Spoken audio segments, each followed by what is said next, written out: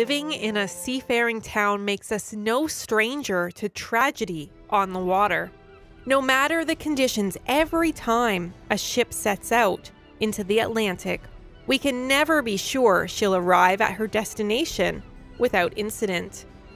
This story takes us back to 1876. It was a particularly stormy winter already, and several ships had already been lost at sea. Emotions ran high as so many families in Yarmouth were grieving the loss of loved ones. The Dominion steamer ran a year-round route from Boston to Yarmouth, and winter was no different. On Friday, December 15th of 1876, it was packed with heavy freight and a full passenger list.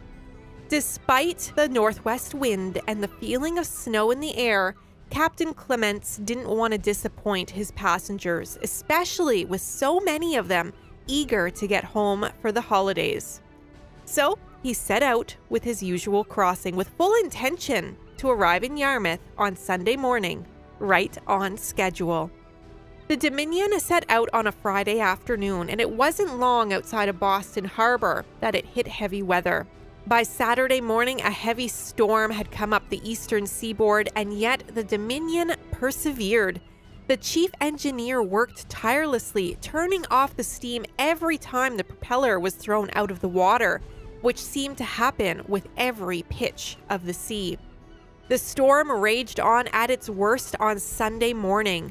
At 3 a.m., things went from bad to worse as a huge wave crashed across the steamer. It broke through the pilot house windows, smashed the skylights, carried away the anchor, never to be recovered.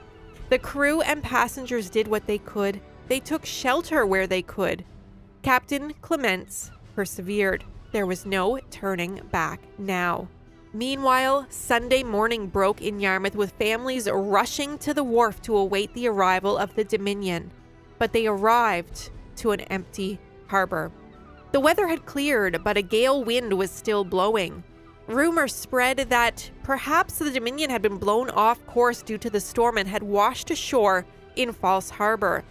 Word came from the lightkeeper that he thought he may have seen sign of the steamer overnight, but he lost sight of it. Several men made the trek out to False Harbor along the snow-covered road, only to be greeted to an empty beach. There was no sign, no word of the steamer.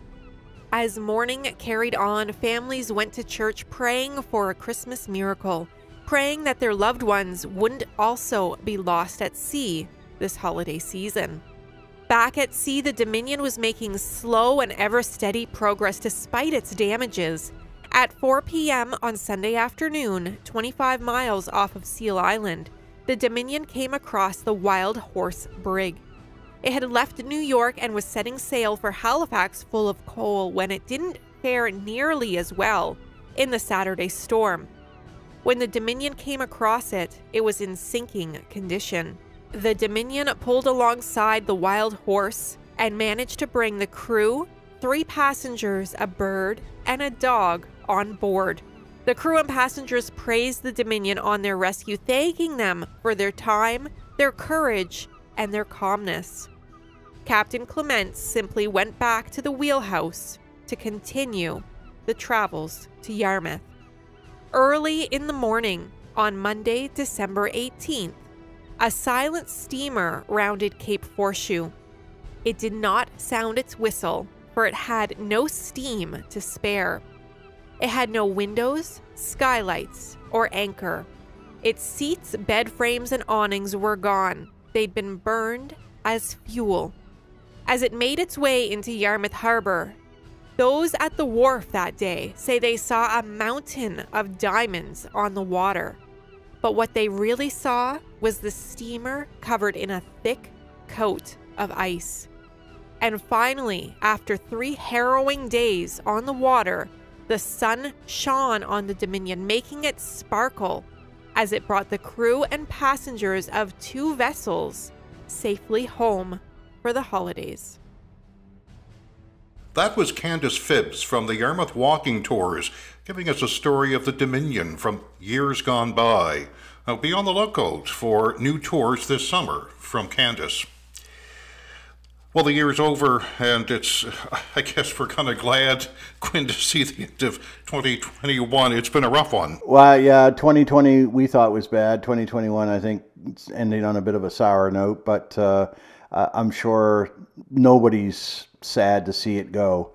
You know, we've got to stabilize this a little bit. I'm not quite sure how we come about that, but you know, a lot of people are pointing fingers and laying blame and whatever. But I think, you know, it's just the nature of what we're dealing with. You know, COVID just isn't playing by the rules, and because it doesn't have any rules to go by. Now we're living by the rules, but that's the thing. Everybody has to do their part. Couldn't agree more. You know, it just seems to drag on. There's a new expression now. You've probably heard it. You know, pandemic fatigue, and we all feel that in different ways. But you know, we get through it. Like we've said before, just be kind to one another and push through and try to be as happy as we can. You know, Dr. Strang, and it takes a lot of heat, you know, from different angles. But at the end of the day, he is a doctor. It's his job to look out for us, right? And as much as people love to try to put a political spin on what he's saying, at the end of the day, he's a doctor. He's got our best interests at heart, right? It's just a matter of people need to put a little common sense to play and realize that, you know, it's not just about you. It's about everybody. You know, we all get frustrated. One thing I have done over this last while is, you know, I like to read the science. I like to read the news reports. I like to listen to the updates with Dr. Strang and the Premier, politics aside. But I avoid the comments. I don't even look at the comment section because it's stressful enough. So I avoid that. And so just a little tip for folks, you know, don't get stressed out. Avoid the negative comments, you know, and do what you feel is right. Well, I mean, the holidays are stressful enough on any given year, right? We know that some people just dread the holidays coming in. And, you know, adding this extra strip on top of it, it really just makes it that much worse. And we don't want to be downers. And I mean, this is airing on Christmas Eve, so we certainly want to be on a happy spin. And I think that the last point I'll make is that, look, it's okay to be not okay. All right? If you're having trouble, reach out. There's plenty of resources available. Check the Nova Scotia Health website. There's mental health hotlines. There's all kinds of resources for you that are available. If you're not up to par, reach out, talk to somebody. It's hard to believe, coming up in 2022, we're approaching our first anniversary of Outside My Window. I know. That's hard to believe. We've done a lot of interviews. We call them conversations. They're not, you know, we like to relax, right? Yeah, more of a chat, like a coffee house chat, I think is how I put it. And yeah, we've had a new show every week all year long. Yep, that's right. But we are taking a break. We are going to take a break, and on December the 31st, we're going to wave goodbye to 2021 and say hello to 2022. So there won't be any show on, and we'll mention it again at the end, but no show on December the 31st, but we'll be right back into it on January the 7th with new content, new guests, and new information. You know, I know I can speak for you. We enjoy all the interviews, but absolutely we do. But any that kind of stand out, some favorites of yours, Quinn? I think, you know, the fun ones, I got to say, our chat with Laurent d'Entremont.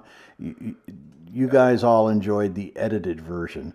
Gary and I were just laughing our gut out at Laurent's stories, and we knew he'd slide them in when we weren't really looking, and that was hilarious. And of course, who can say anything about 2021 except our conversation with Santa Claus?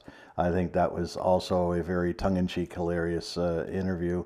And you know, I think one of the stellar catches, two of them actually, we had Bruce Rainey and of course Dr. Strang. What about you, Gary? What stands out for you out of all of the chats that we had? There's so many, I guess, probably top of mind, and it always comes to my CJLS family when we did the interviews with all the folks, and certainly our tribute to Ray, which I want to thank Louise and Rhonda and you as well, Quinn. You did a marvelous job on that production. Ray would have been very proud. Leanne Schneider comes to mind. A difficult conversation, but such an inspiring person. If you follow her online at all, and I'm sure we'll be, chatting with her again in the near future as well. And of course, I got to say, Santa Claus, of course. Santa Claus was fun. Yeah. That was fun. We planned that one for a while. Yeah. We've been planning that one for a while, and what the approach was going to be, and how we were going to make that work. But I think that was a bit of a coup for us to get Santa Claus. That was pretty good. I know, Quinn, you and I have chatted, and you've got you've been reaching out to some people, so we're going to get some interviews booked, and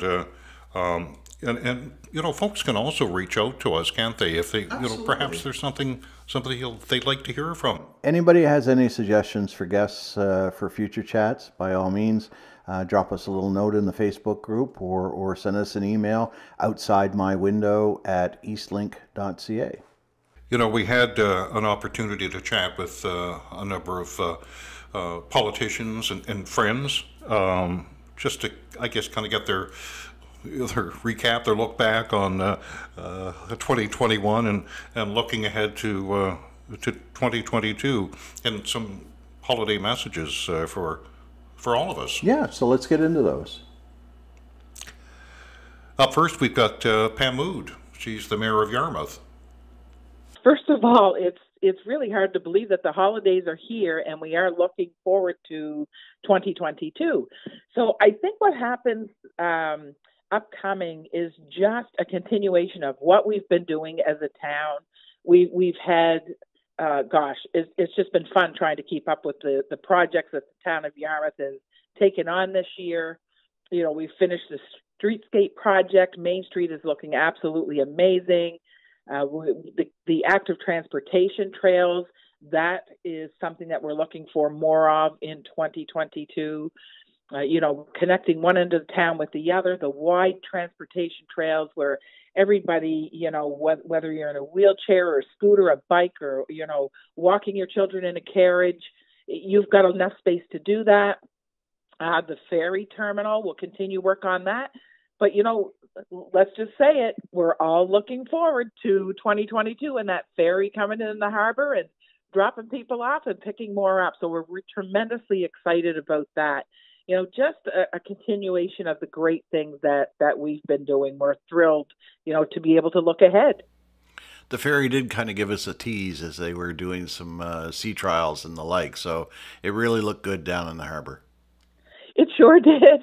Everybody was excited. And it's funny. I talk with the Bay Ferries team on probably a weekly, bi-weekly basis just to keep tabs on what's going on. And, when that ferry came into the harbor, it just instilled such hope for everybody. And, what we're going to have to do again in 2022, since that's what we're focusing on, is, go back to the whole all hands on deck. Where did we leave off when the ferry stopped? By nobody's fault, of course. COVID and everything else threw a wrench into that, but they will be back. So what do we have to do? Businesses, we have to make sure businesses are open, that there's places for people to eat past 6 p.m., those types of things. So I'm hoping that the community will really do a rallying cry and get this done so that we're the best we've ever been. When we look at municipal cooperation in the last little while, Mariners on Main kind of sticks out a bit. That came up as a really successful launch, eh? Yeah, Mariners on Main is absolutely amazing. I mean, the people told us clearly from day one they don't want to be without a pool, fitness, all those pieces that are pulled together under one roof. And for us as a council, what I hear from council is, a place for the seniors to go because this is health related, and a safe place for our youth, under one roof. So important on every single front. What we're hoping for, of course, in 2022 is some funding to come through so that we can take on the Mariner Center expansion. But again, thankfully, the team that put together Mariners on Main are just absolute amazing folks that, you know, enabled us to have this for the public while we're up and running. The holidays, as we said, are upon us. What's your holiday message for the area? I think my holiday message for the area is just one of hope and kindness. You know, I think we should be like that every day of the year, but in particular now, you know, it's been a difficult couple of years for folks for varying reasons. And I just hope that instead of focusing on the stuff and the purchases and, you know, the gifts that we're giving, the gifts of kindness, that we're reaching out to our neighbors and our friends and, you know, our seniors in the community, the youth, and we're just making those kind gestures, because that's what we need to do. Come together as a community, as a family, uplift everybody, celebrate people, and just show how much we care. Because you know what? In the end, Quinn, that's who we are as a people. We are kind, loving, giving. We just need to show that to the world. Now, next up, we've got the newly minted Deputy Speaker of the House, the Honourable Christophe Tremont. It's a big honor to actually be the Deputy Speaker of the House of Commons. I mean, to consider, I only arrived there a couple of years ago, and to actually sit there and try to organize the debate that happens in the House of Commons to protect the right of those members to be able to speak on behalf of their constituents. I think it's a great honor, but it's a great task as well to make sure that it's done in a very collegial way. Do you get a vote? Like if you're sitting in the speaker's chair and for the speaker and a vote comes up, do you get a vote? As Speaker, you get a vote only in the face of a tie. So if Gotcha. the House of Commons comes up with a tie, then you get to break the tie, which is a great duty as well. But as a Deputy Speaker, I actually still have a chair on the floor of the House of Commons, and I do get to sit in it and vote with my party. I do get to do some things that I would qualify as a little bit political, but at the same time, you try to be as nonpartisan as you possibly can be. I can hear Ken Langell over my shoulder right now, yelling at me because I should have remembered that, right? Yeah, So, no, for sure. with the holidays being right upon us and so on, what can we look forward to for 2022 at the federal government level? Well, I think the federal government, the House of Commons will be sitting together, which is something we've done for the last few weeks, to have sort of the less of this virtual kind of parliament, to actually sit down and get things done in person. I think that's a great opportunity for many of the MPs here on the Hill, that they get to interact with government, especially those on the opposition benches. But even the backbench has the opportunity to interact with ministers, to advocate for projects in the area. So I think, 2022 will be a very good year for many of us as we sort of get back to normal. And I think, from across Canada, the issue of the pandemic, as we, continue to learn to live with it, to interact with loved ones, to get to see people you haven't seen for a very long time. I think that's going to be good for everyone's mental health to sort of get back to normal. I certainly agree with you on that. And what are some of the things that are going to be on the agenda for the government in 2022? Certainly the budget likely is the first thing up, isn't it? Well, the indication that we have, of course, is budget. Again, to make sure that we navigate COVID-19. But there's a number of things I think that we should watch for, especially in Southwest Nova Scotia. Those investments in infrastructure as those programs continue to roll out. New Horizons grants for community groups and seniors groups across our riding. Making sure that the dollars and cents are available for things like the Mariner Center. So I'm very hopeful for 2022 that those things will finally come to fruition after people working really, really long and really, really hard to make sure that those things come to fruition. And what's your message for the area? Well, Well, it's I think it's after a long period of lockdown, a lot of division in the community, a lot of division amongst families of, the way governments have interacted, the way lockdowns have, separated us from loved ones. To just love one another, to work together, to try to find opportunities to be a community once again. I think that's what we really need to work really hard on over the next year. But, quite honestly, for me, it's to be there for my constituents and make sure that their voices are heard as much as I possibly can in the House of Commons. The Honourable Colton LeBlanc chats a bit about being a rookie MLA and then being part of a new government of Nova Scotia. In our first few months of our new government, and we finished up earlier this fall our first legislative session, getting to work on the priorities that matter most to Nova Scotians. Obviously, we focused on healthcare. Housing has become more and more of an issue, but our government's approach to these files and others will continue into the new year as we continue our government's mandate in 2022, of course. So, of course, COVID front of mind for everybody, and I mean, the Liberals did their thing, you're doing your thing, and do we have a sense of the cost of COVID to the overall economy and to just social services in general?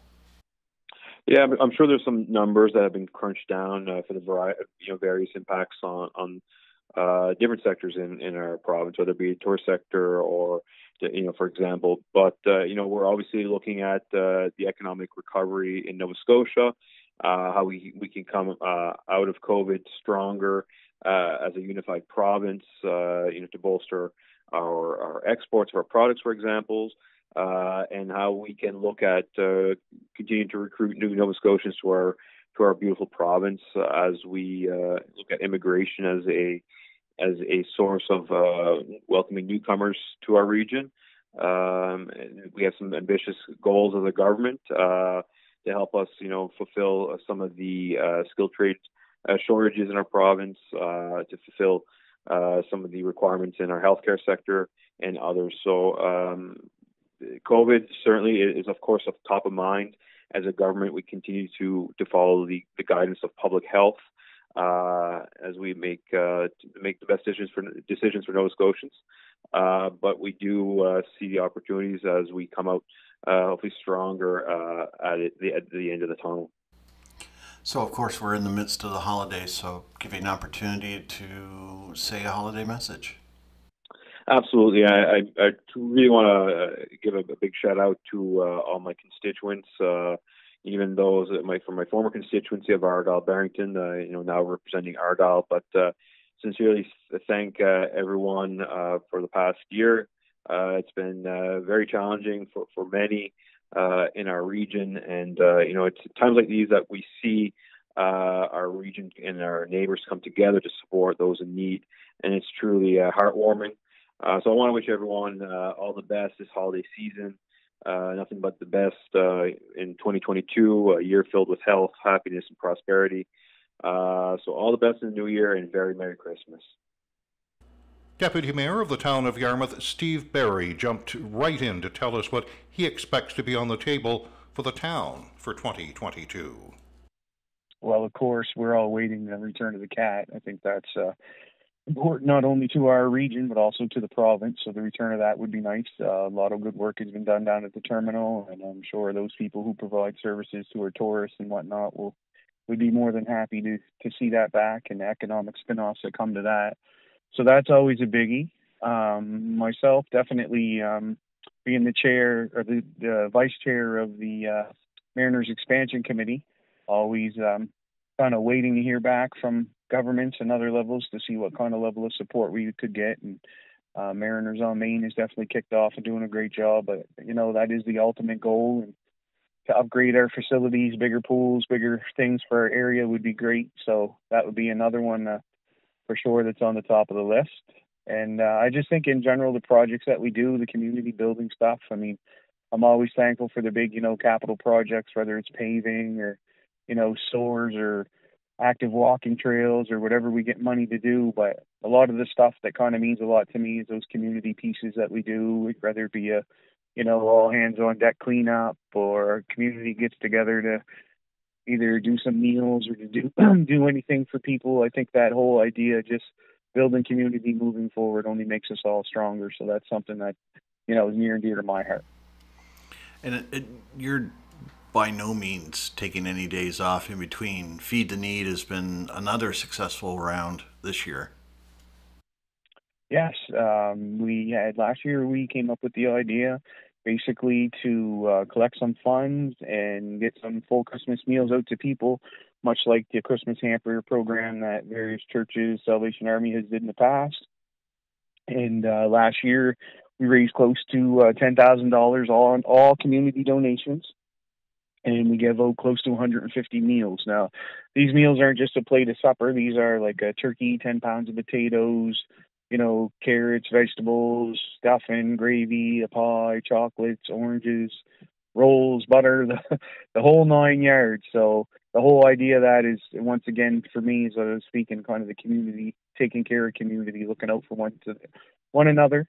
So, that option is there for people to go down and to either donate money at South End Red and White, or get a hold of me to do an e-transfer. And, we put the money in the pot. We buy as many meals as we can, put them together, and work with 10 or 12 local organizations and schools. They all have guaranteed spots where they can submit names.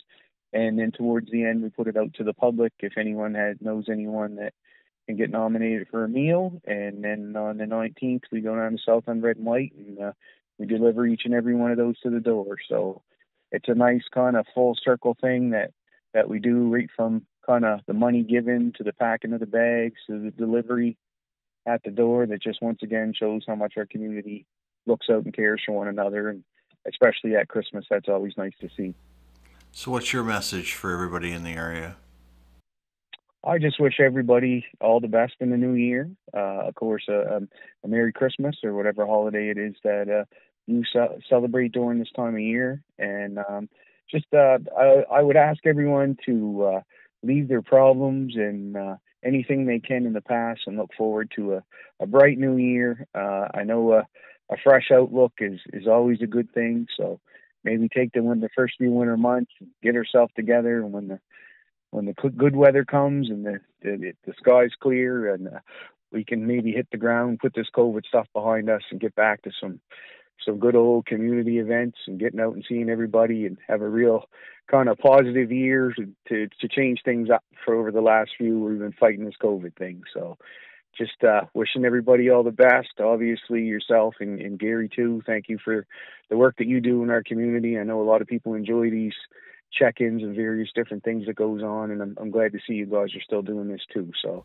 wishing you guys all the best, and everybody out there, and enjoy the season, and we'll be back next year trying twice as hard. The Honourable Zach Churchill has been a frequent guest and great supporter of our podcast, and he also took a moment to tell us what might be expected for 2022 from a provincial perspective. Well, listen, things are always changing, as we've learned over the last couple of years. I'm very hopeful that we manage to keep these variants of COVID at bay, and that we continue to see good levels of vaccination to protect ourselves. And, also hopefully there's some production of some booster shots that are going to help protect us from these variants moving into the future as well. Politically, things are always changing too. I know our party is currently undergoing a leadership review after the loss of the election. So either things will stay the same with the party as a result of that, or there'll be changes there.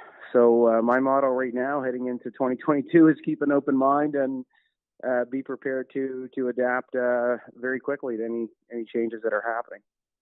With some of the events over the last couple of years, are you seeing some good bipartisan support and cooperation? That's always been there when there is an area of mutual interest. We saw that with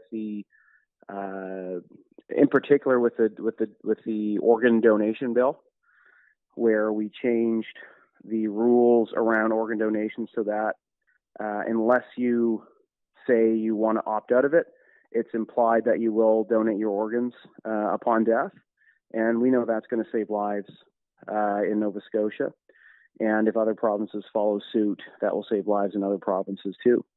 And we saw all the parties come together on that piece of legislation and support it.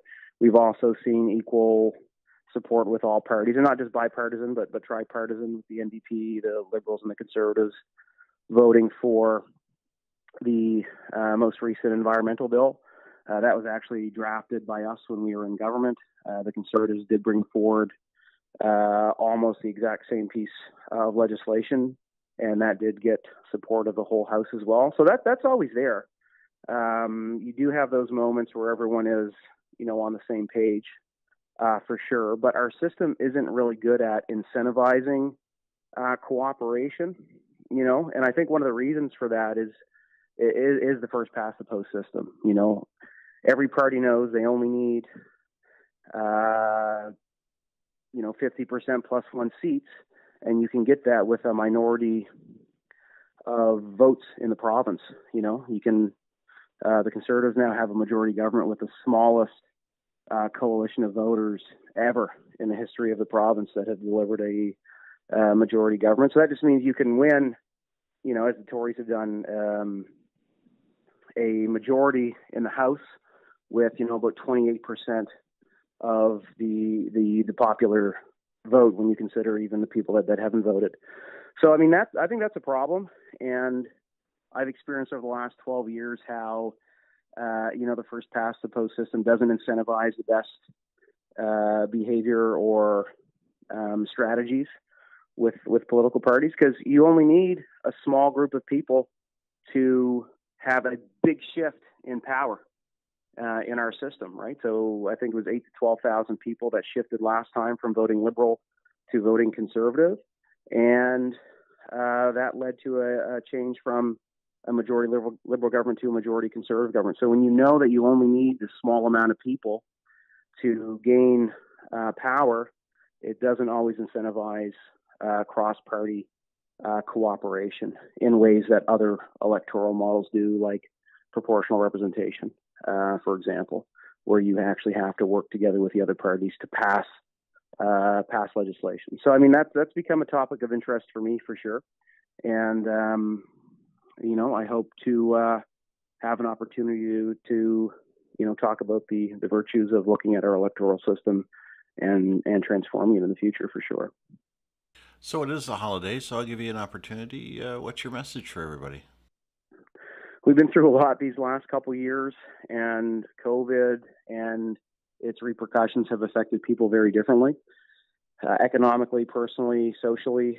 And, we've also seen some real divisions kind of rise up in our society over vaccinations and masking, public health protocols, and these sorts of things. So I hope everyone just takes the time over the holidays to remember everything that brings us together as a community, as a society, and that we're all grateful for the things that we do have collectively right now, and that we choose deliberately each and every day, even in moments of disagreement with each other, to treat each other with mutual respect, kindness, generosity, and compassion. Because if we do that, it does make life better for everybody. And so I hope people, live that holiday spirit over the course of the holidays, and let's carry that into the new year and do a better job talking to and treating each other next year in 2022. Master storyteller Laurent d'Entremont gave us one of our favorite podcast episodes of 2021, and he took an opportunity to give us a glimpse of Christmases of his past. What I remember, probably some of the earlier Christmas that I would remember was, going to Yarmouth Town with my mother shortly after the end of the Second World War, when I was about 5 years old. The woman in Pumlico would hire a taxi to my neighbor Rene here had taxis, and 4 women or so would hire the taxi to go to Yarmouth to do some shopping at mostly at the Royal Store for their Christmas. And I went with my mother. I remember very vividly, and I remember the town of Yarmouth being decorated, for Christmas. This would be in the mid to late 1940s, and we stopped at a window, and I'm quite sure, although I can't prove it now, I'm quite sure it was Guess Hardware, and they had a little toy train in the window, and a man came there, and I was interested in cars and trains and trucks and boats and all those things even then. And the man came and he made the little trains go round and round and round, and I never forgot that. And my mother spoke about it until she died 10 years ago at 92. So that would be a very good Christmas memory that I had. Other Christmas memories would be of my grandma making donuts. I'm sure she made the best donuts in the world. And she would fry the hole, when they cut the hole from donut. And she would give that to us to eat, those little round donut holes. And they were very, very good. And at Christmas this would be the only time that we would see things like oranges and grapes and, ribbon candies is something I remember quite well. We would have lots of ribbon candies and stuff that you never saw during the rest of the year.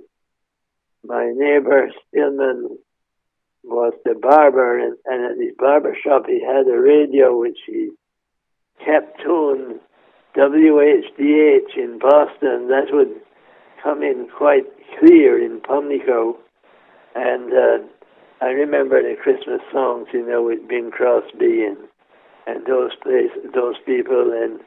And I remember when my Uncle Charlie said, they have a brand new song this year, and it was Rudolph the Red-Nosed Reindeer. And that was a new song, and I remember when it came out, whatever year it was, I was very, very young. I remember going in the woods with my grandfather to cut the Christmas tree. That was always a big thing around Christmas, and my grandmother would set it up in what we called her parlor, and she had all kind of Christmas ornaments on it.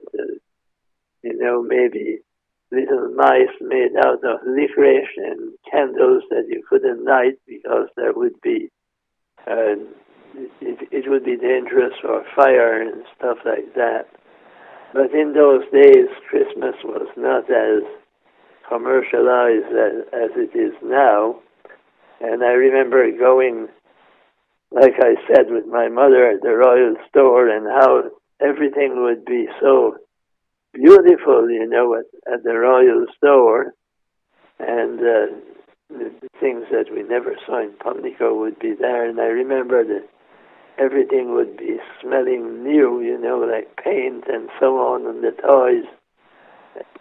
And I remember all those things from my youth, going to midnight mass just before they paved the road. We would sometimes go in the back of a fish truck. They would charge 5 cents, and the road was too bad for cars. It was get all muddy. And Stillman, the barber I told you about, had a trailer behind his tractor, and he would have some sort of a canvas caboose of some sort, and we would go to midnight mass in Stillman's tractor, so in his trailer. So that was quite an event too. So Christmas were quite different from what it is now at Christmas Day. Do you miss those days, Laurent? Well, those days are long ago. The world was at peace. My parents and grandparents and all my siblings were still living. the pig had been butchered, in the fall of the year, so we would get sugar-cured ham and eat chicken or turkey or something at Christmas that you never had during the rest of the year.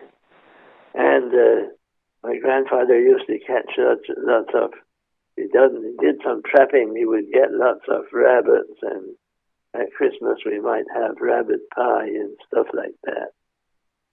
So one of my nephews has more toys at Christmas than half of West Pimlico had when I grew up. It's, Christmas is totally different now. Do you think we could go back to those good old days? Well, I don't know. It's very hard.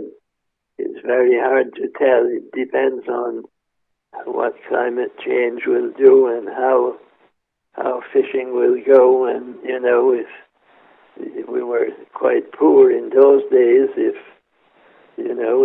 things got back the way they were, I presume everybody went to church. There was beautiful music, hymns and so on. The last few years we didn't have a midnight mass. We had a mass around, I think, 8 in the evening or something like that. So I miss those hymns, in French, those beautiful hymns with organ music and so on. So, Christmas was a different time. What's your message for everyone this holiday season? Well, my message would be that I would want to wish peace and happiness and a very Merry Christmas to everybody, and hope that the new year will be good, and to be careful of the virus and not to take any chances that you don't have to, and to have a happy Christmas with families and friends. That would be my message. Town of Yarmouth Councillor Derek Lesser, our first guest on our podcast, took a moment to also give us some insight into what the town of Yarmouth might be up to in the coming year. Yeah, I think with the hard times people have fallen on with COVID and people losing work as a result, and we're in a difficult time right now. So I think those that are able to give have been very generous in the last couple of years. And it's basically just matching the people that are willing to give up with the people that need to receive. So it's to create that network somehow. So I don't think that's going to change at all. And there's a ton of people doing that type of work of being the network. And I think, that will continue into the next year until, things start to get back, hopefully somewhat normal. But I think until that point, we are, as a community, as a province, as a country, and as a planet, I guess, we are suffering some of the effects of, of what this COVID has done to us. And I think people recognize that, and I think people have become more willing to give. If they don't need something, they're more willing to give of what they have. So I would say it's going to continue into the next year. What can we expect to see out of the Accessibility Committee in the next year? So it's a work in progress. A lot of it at the beginning is kind of the red tape, trying to go through and get the committee up and running properly. And now we're to the point of we're going through and actually doing audits of buildings that the town owns. And then we're also engaging the community to see if there are spots in the community that, like streets and sidewalks, that need to be fixed. And even businesses where, we want to get into convincing businesses of the wonderful part of making your business accessible, and how, as a growing community that's growing in age, the need for buildings to be accessible can only help your bottom line. It's very similar to when I think of like solar power and wind power and renewable energy. Everybody has said at first it's not feasible, but then people realize, it's an opportunity. We can actually turn this into making money. I see the same thing as with accessibility, is that, a lot of people that have accessibility issues have money to spend, and they want to be out and be like everybody else, and they need to have the places that are accessible. And accessibility is obviously much more beyond mobility, but I think the lens that we're looking at from accessibility and looking at all the avenues, we're going to make some really good progress on it. And I think things are definitely moving in the right direction. And I think you'll see some more tangible things happening starting into the new year. Tourism is obviously going to be one of those things that people's eyes are going to be on with the resumption of the CAT schedule. What are you looking for in that as far as the town goes? Well, I know it's a risky thing to think that we have an international ferry that's coming in, and from everything we're hearing right now is it's going to be going ahead in the spring or summer sailing, which we're very hopeful for. And I think the world is starting to open it back up now. So people are still a little bit hesitant to have people from outside the community come in, but it is right now happening anyway. And, we've done really well in the Tri-Counties, especially managing COVID. I think people have done their part, whether it's, and, not getting into the debate about vaccinations or anything, but I think even like the masking and social distancing and hand washing, and I think people have done their part. And we're still isolated enough from the rest of the world that we've managed to keep the numbers down. So adding that piece of having the international ferry come in, they're going to have restrictions on, who can travel. So I'm sure they're going to have, just like they have at airports, testing happening on probably both sides and that type of thing. So I think the risk, I don't think there'll be a huge risk to it, but there's going to be a huge reward for the community. I think over the last couple of years, some really positive things have happened downtown. We have a lot of coffee shops and the brewery and all these different things, and it can be, I think we really can market ourselves as a really, cool, a demographic of like relaxed community where you can go out and have a coffee and something, nice to eat and relax. And I think the real market for the Tri-Counties is, the dark skies, being able to see the stars, being able to go for hikes, be next to the ocean. And I think that, the very simple life that we tend to live here is what I think a lot of tourists are looking for when we come. And we often think, we think about tourism as, what do we need to build to get people to come here? Like, do we build an aquarium? Do we build a theme park? But in reality, the people that want to come here aren't looking for that at all. They're looking for the lifestyle that we live in. I think very envious of the fact that we have a slower paced life. And so I think once they're able to, people are going to be traveling, and I think you'll see tourism in Yarmouth probably at the highest we've ever had. So the holidays are obviously right upon us. What's your holiday message for everybody in the community? I would hope everybody can spend time with their family. It's been a tough couple of years. Would love the opportunity for people to be able to get together with loved ones. I would definitely encourage people to reach out to people that don't have anybody, and maybe invite them to do something, or at least check in on them. But I guess the message I would like to see, or I would like to say, and I like to see people do is, give as much as you can of yourself to others, because if we all do that together, I think the community benefits from it. So I'm hoping that, COVID allows us to have gatherings with families, and that we can still stay safe, and actually, start having what we used to remember as a Christmas holiday.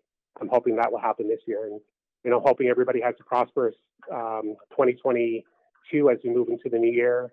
And I think some exciting things are happening we have some announcements coming up with apartments and that type of thing. And, some of the issues we're facing in town are happening, and, just we have to hang in there for a little bit, and let's celebrate a little bit of what's happened so far, and enjoy your holiday, relax, and, don't be in a huge rush to get out and, live the fast-paced life, because I think the slow-paced life that we're living right now is very productive for us.